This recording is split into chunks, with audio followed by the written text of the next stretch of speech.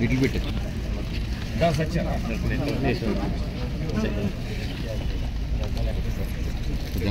Little bit logo జేబులో పెట్టుకున్నా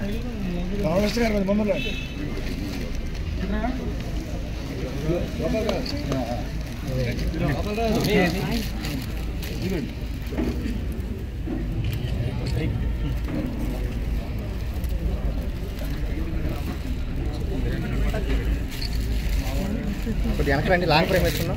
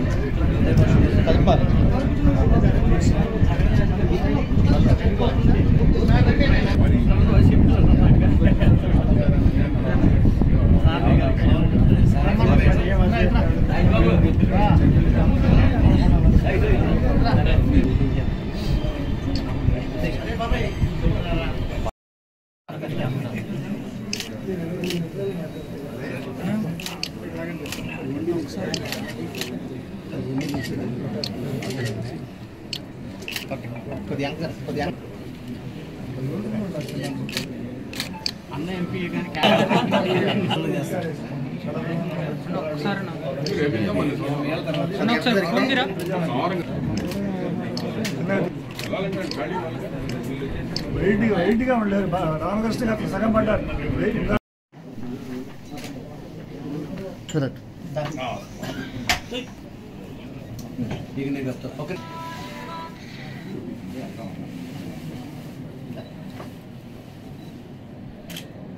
చూడు సార్.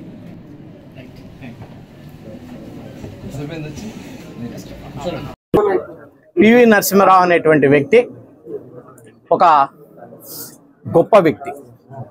భారతదేశం యొక్క ఆర్థిక వ్యవస్థని ఒక ఘాటిలో పెట్టినటువంటి వ్యక్తి. ఆ రోజు పివి నరసింహారావు గారు ప్రధానమంత్రి కావటం ద్వారానే భారతదేశం యొక్క దిశ తిరిగింది.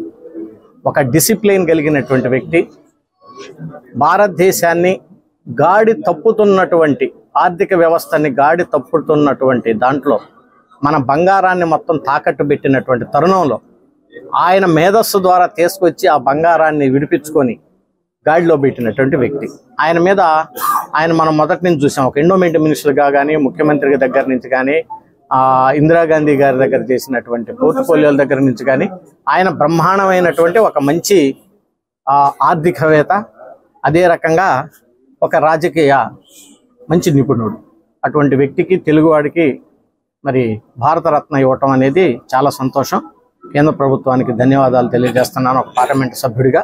అసలు ఇది ఎప్పుడో చేయాల్సినటువంటి పని, ఇప్పుడు కాదు, ఎప్పుడో చేయాల్సిన, ఆయన చనిపోయినప్పుడే చేయాల్సినటువంటి పని.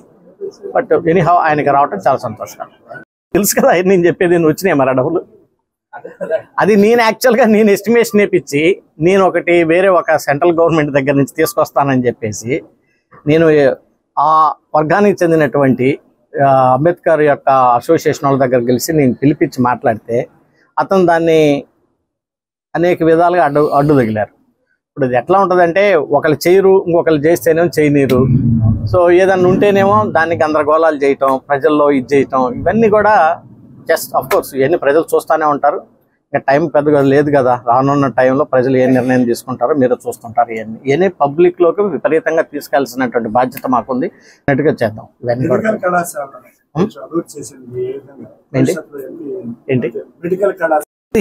పత్రికా విలేకరుల్లో మంచి వాళ్ళు ఉంటారు, చెడ్డ వాళ్ళు ఉంటారు. కొంతమంది మరి వ్యతిరేక పార్టీ ఉంది, మాకు వైఎస్ఆర్ పార్టీ మాకు వ్యతిరేకమైన పార్టీ. వాళ్ళు ఖచ్చితంగా వాళ్ళు చాలా బాధలో ఉన్నారు.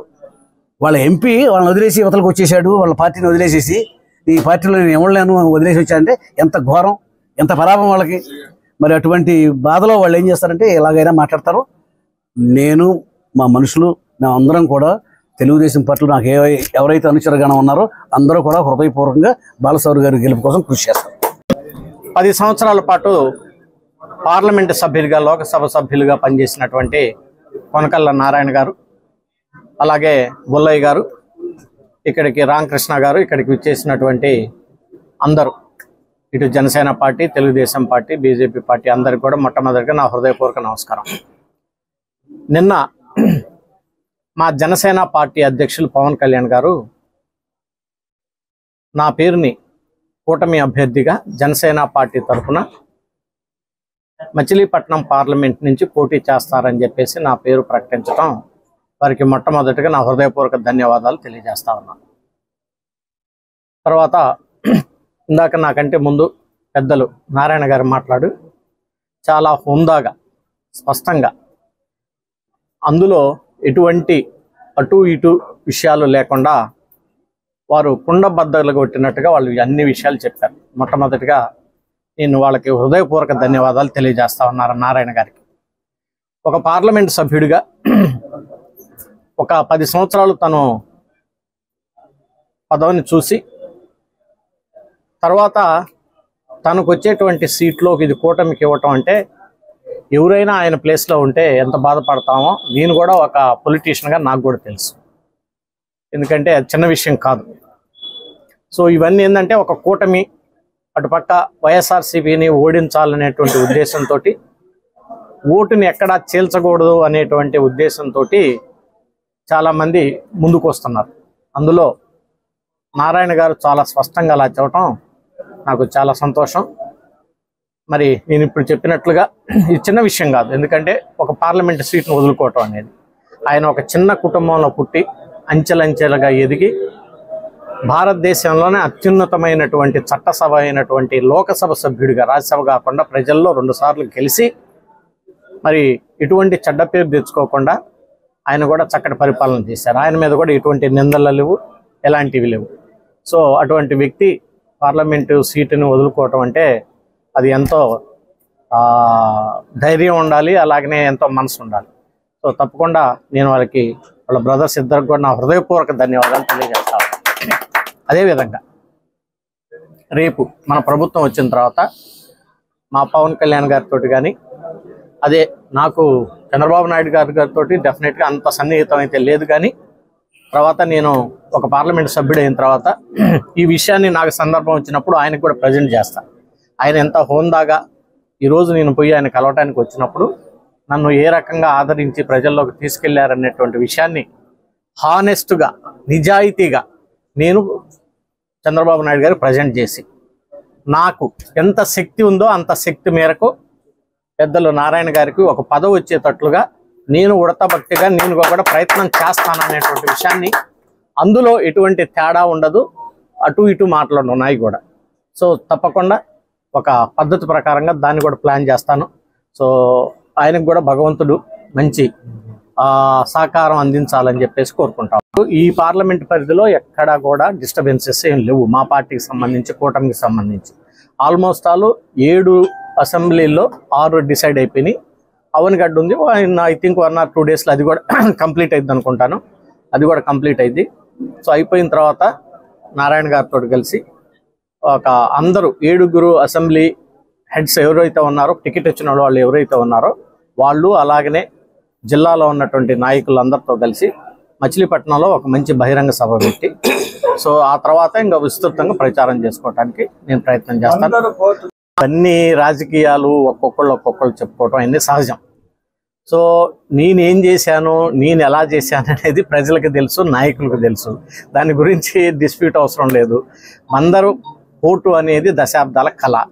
ఒకసారి నారాయణ గారు, బుల్లయ్య గారు కూడా ఎయిర్పోర్ట్లో కనపడి ఒక ఐ థింక్ ఒక 2 సంవత్సరాల కిందట అనుకుంటాను, ఏంటి పోర్టు సంగతి ఏంటంటే డెఫినెట్గా పవర్ ఫైనాన్స్ కార్పొరేషన్ ద్వారా లోన్ శాంక్షన్ అయింది, ఆ పోర్ట్ అయింది అని చెప్పేసి వాళ్ళిద్దరికి కూడా ఆ రోజు ఏదో స్నేహభావంగా మేము ఏదో పోర్ట్లో కలిసి ఎయిర్పోర్ట్లో కనపడ్డప్పుడు అడిగితే వాళ్ళు అటు పోతూ నేను ఇటు వస్తూ అంటే చెప్పాము.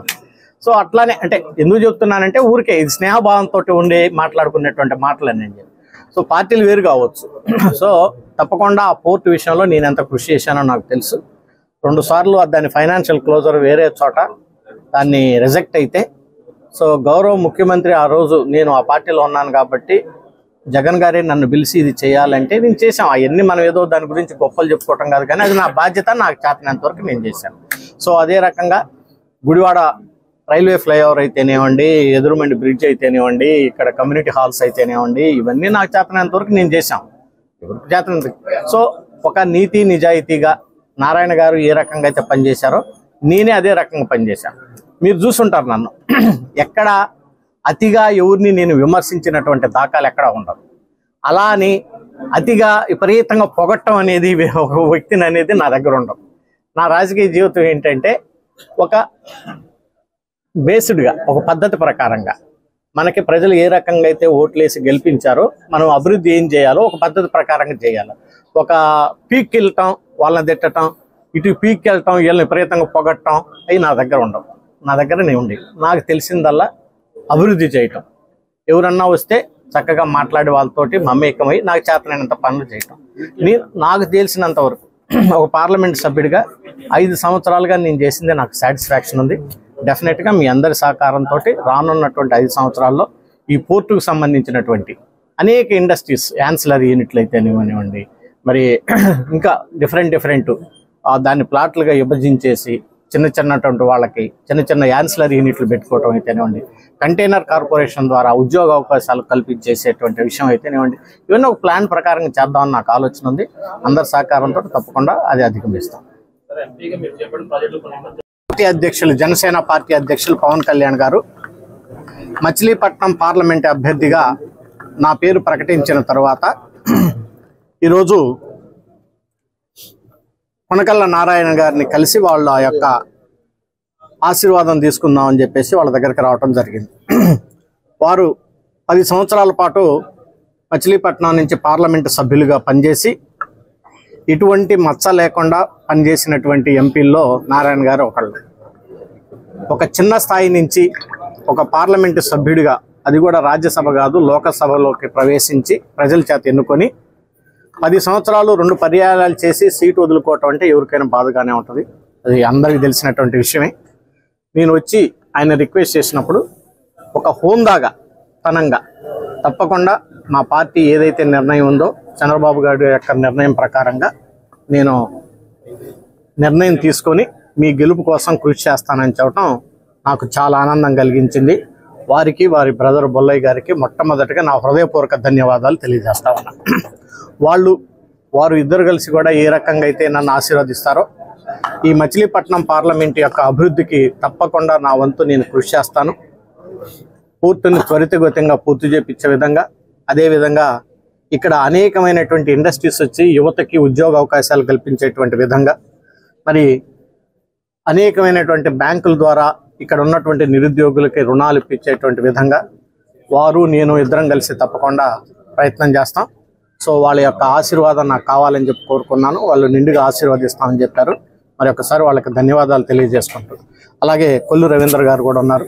వారు కూడా ఎమ్మెల్యేగా, మంత్రిగా పనిచేశారు. వాళ్ళతో కలిసి నేను కూడా పనిచేస్తాను. నాకు వ్యక్తిగతంగా ఏ రోజు ఎవరిని నేను అమితంగా విమర్శించను. అలాగని ఎవరిని కూడా విపరీతంగా పొగిడేటువంటి మనస్తత్వం నాది కాదు. నా పని ఏందో నేను చేసుకునేటువంటి పని. సో వాళ్ళకున్నటువంటి అనుభవాలతోటి మచిలీపట్నంలో నాకున్నటువంటి అనుభవాలతోటి డెఫినెట్గా ఈ అభివృద్ధి కోసం నా వంతు నేను కృషి చేస్తా. ఇంకా చేయాల్సినటువంటి పనులు మచిలీపట్నంలో చాలా ఉన్నాయి. వాటిలన్నిటిని కూడా పూర్తి చేస్తా. మరి మీరు నాకు ఏ నమ్మకంతో అయితే నన్ను ఆశీర్వదిస్తున్నారో ఆ నమ్మకాన్ని వమ్ము చేయకుండా రెట్టింపు ఉత్సాహంతో అభివృద్ధి కోసం పనిచేస్తానని చెప్పి ఈ సందర్భంగా తెలియజేసుకుంటూ, ఒక పక్క మా పార్టీ అధ్యక్షులు పవన్ కళ్యాణ్ గారికి, అదే రకంగా చంద్రబాబు నాయుడు గారికి, అదే రకంగా నారాయణ గారు, బొల్లయ్య గారు, రవీంద్ర గారు, అలాగే మన రామకృష్ణ గారు, వీళ్ళందరికీ కూడా నా హృదయపూర్వక ధన్యవాదాలు తెలియజేస్తాను. మరి ఒక్కసారి క్యాడర్ని, కార్యకర్తల్ని, ప్రజల్ని నేను మనస్ఫూర్తిగా అభ్యర్థిస్తున్నాను. మీరు నా యొక్క పనితీరును చూశారు. నా ప్రవర్తన చూశారు, 5 సంవత్సరాలకు మీకు సేవ చేసినటువంటి విధానాన్ని చూశారు. అదేవిధంగా మీకు తప్పకుండా అందుబాటులో ఉండి మళ్ళీ సేవ చేస్తానని చెప్పేసి కోరుకుంటూ ఇటువంటి controversials involve. Same time Narayana గారికి నాకు తెలిసిన విధంగా ఏ రకంగా ఆయన కేసుని ప్రజెంట్ చేయాలో సందర్భాల్లో చేస్తాను. నాకు తప్పకుండా ఆయన నాకు చేసినటువంటి సహాయానికి నేను కూడా పలువురితో మాట్లాడి ఆయన్ని కూడా ఒక ఉన్నతమైనటువంటి స్థానాల్లో కూర్చోబెట్టడానికి ఒక ప్రయత్నం చేస్తానని ఈ సందర్భంగా నేను మాటిస్తాను. రేపటి నుంచి కుర్తివేను, అది ఈశాన్య మూలంగా ఉంటుంది. చినగొర్లపాలెం నుంచి రేపటి నుంచి చేస్తాం. తర్వాత 7 ఎమ్మెల్యేలు డిసైడ్ అయిన తర్వాత నారాయణ గారి యొక్క ఆధ్వర్యంలో మచిలీపట్నంలో ఒక మంచి మీటింగ్ పెట్టేసి అందరిని కలుపుకొని ఒక మీటింగ్ పెట్టి ఆ రోజు నుంచి ప్రచారాన్ని ఇంకా ఉధృతం చేస్తాం.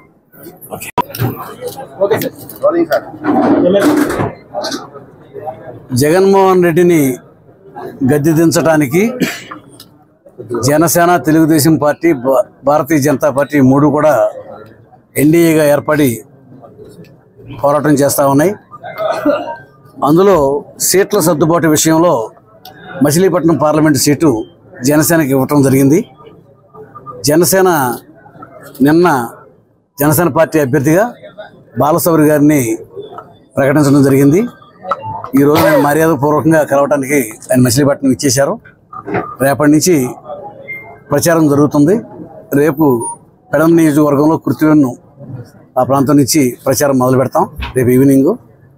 ఇవాళ జనసేన ఈ సీటు కేటాయించడం వల్ల ఇప్పుడు వరకు ప్రకటించకపోవడం వల్ల లేట్ అయింది. ఎంత లేట్ అయినా కూడా ఏ రకమైన వివాదాలు లేకుండా, విమర్శలు లేకుండా, నిరసన ప్రదర్శన లేకుండా, పత్రికా ప్రకటన లేకుండా మచిలీపట్నం చాలా హుందాగా మచిలీపట్నం ప్రజలంతా కూడా వ్యవహరించారు. మేము ముందుగానే చంద్రబాబు నాయుడు గారికి చెప్పడం జరిగింది, పవన్ కళ్యాణ్ గారికి ఈ సీటు మీరు కేటాయించారు కాబట్టి ఆయన ఏ నిర్ణయం తీసుకుంటే ఆ నిర్ణయానికి ఆయన ఎవరు నిర్ణయించినా కూడా కట్టుబడి పనిచేస్తామని చెప్పడం జరిగింది. అన్నమాట ప్రకారంగా వాళ్ళ బాలశౌరి గారిని నిర్ణయించడం జరిగింది. బాలశౌరి గారు మనకి పార్లమెంటు సభ్యుడిగా మన మచిలీపట్నానికి గతంలో 19 నుంచి 24 వరకు పనిచేశారు. ఆయన హయాంలో మచిలీపట్నం పోర్టు కానీ, మరి ఇంకా రైల్వే సంబంధించిన పనులు కానీ, మరి లోన్స్ ఇప్పించడం కానీ చాలా కార్యక్రమాలు చేశారు. ఆయనకి తెలుగుదేశం పార్టీ, భారతీయ జనతా పార్టీ, జనసేన ఒక అడుగు మీద అంతా కలిసి పనిచేసి ఆయనకి ఘనమైన విజయాన్ని సాధించి పెడతాం. తప్పనిసరిగా బాలశౌరి గారు రేపు 24 నుంచి ఆయన పార్లమెంట్లో ఆయన గళం వినిపిస్తారు. మచిలీపట్నం అభివృద్ధికి కృషి చేస్తారు. ఏ రకమైన వివాదాలు లేకుండా కలిసిమెలిసి పనిచేసుకుందాం. మధ్యలో వివాదాలు సృష్టించాలని వైఎస్ఆర్ పార్టీ వాళ్ళు కుట్రలు చేస్తారు. ఇటువంటి అపోహలు తీసుకురావడానికి ట్రై చేస్తారు. వాటన్నింటినీ కూడా అధిగమించి మేమంతా కూడా పెద్ద మనసుతో, సర్దుబాటు మనిషితో మేమంతా కూడా కలిసిమెలిసి పనిచేసుకుంటాం. ఎవరు ఎన్ని కుట్రలు చేసినా కూడా సాగనేమో. బాలశౌరి గారి విజయం కోసం తెలుగుదేశం పార్టీ, భారతీయ జనతా పార్టీ, జనసేన కలిసి పనిచేస్తాం. ఆయన్ని పార్లమెంట్ మెంబర్గా గెలిపించుకుంటాం. మొట్టమొదటి రోజు నుంచి కూడా ఆయన పూర్తి స్థాయిలో నాకన్నా ఎక్కువగా కూడా కసిగా ఆయన పనిచేస్తూ ఉన్నారు. మరొకసారి జన సైనికులకి, తెలుగుదేశం పార్టీ కార్యకర్తలకి అందరూ కూడా హృదయపూర్వక నమస్కారాలు, ధన్యవాదాలు తెలియజేస్తాను. ఎన్నికల ప్రచారం ముందు చూస్తారు ఇవాళ, ఎందుకంటే వాళ్ళకి ఏమీ లేవు చెప్పుకుంటాకి. అభివృద్ధి అంటే గతంలో తెలుగుదేశం పార్టీలో ఏం చేశామో, ఇవాళ బందర్లో నీళ్ళ లేకుండా కటకటలాడుతున్నటువంటి పరిస్థితి చూశారు. 3 రోజులకి నీళ్ళు ఏంటండి, బందర్లో నీళ్లు అమ్ముకుంటా ఉన్నారు, మట్టి అమ్ముకున్నారు. ట్యాంకర్ నీళ్ళు ఎక్కడికి అమ్ముతున్నారు పేరు దానికి సమాధానం చెప్పగలరా? ఇవాళ మాట్లాడుతూ ఉన్నారు ఏదో మేమేదో తప్పులు చేసామని. 5 ఏళ్ళు ఏం చేశారు మీరు? ఇవాళ G+3 ఎందుకు 6,400 కట్టించారు, ఎందుకు ఇవ్వలేకపోయారు మీరు? ఇవాళ వాటర్ ట్యాంకులు దాదాపు 70 కోట్లు అమృత్ స్కీమ్ కింద తీసుకొచ్చి బందర్ నియోజకవర్గం మొత్తంలో కూడా, బందర్ టౌన్లో ట్యాంకర్లు కట్టి, ఫిల్టరేషన్ ప్లాంట్ పెట్టి, పైప్ లైన్ లేపిస్తే ఇవాళ నీళ్ళు ఇవ్వలేకపోతున్నారు. ఇళ్ల స్థలాల పేరుతో మోసం చేస్తున్నారు. ఇవాళకి కూడా దొంగ పట్టాలు మీకు వెళ్ళి మీరు పార్టీలో చేరని మీకు పట్టాలు ఇస్తా అని చెప్పి దొంగ మాట్లాడుతూ ఉన్నారు. దానికి సామెత ఉంది, ఆవు చేలో మెస్తే దూడ గట్టును మేయదు కదా, అట్లా ఉంది తండ్రి కొడుకుల విధానం. ఇదే మా ప్రచారం.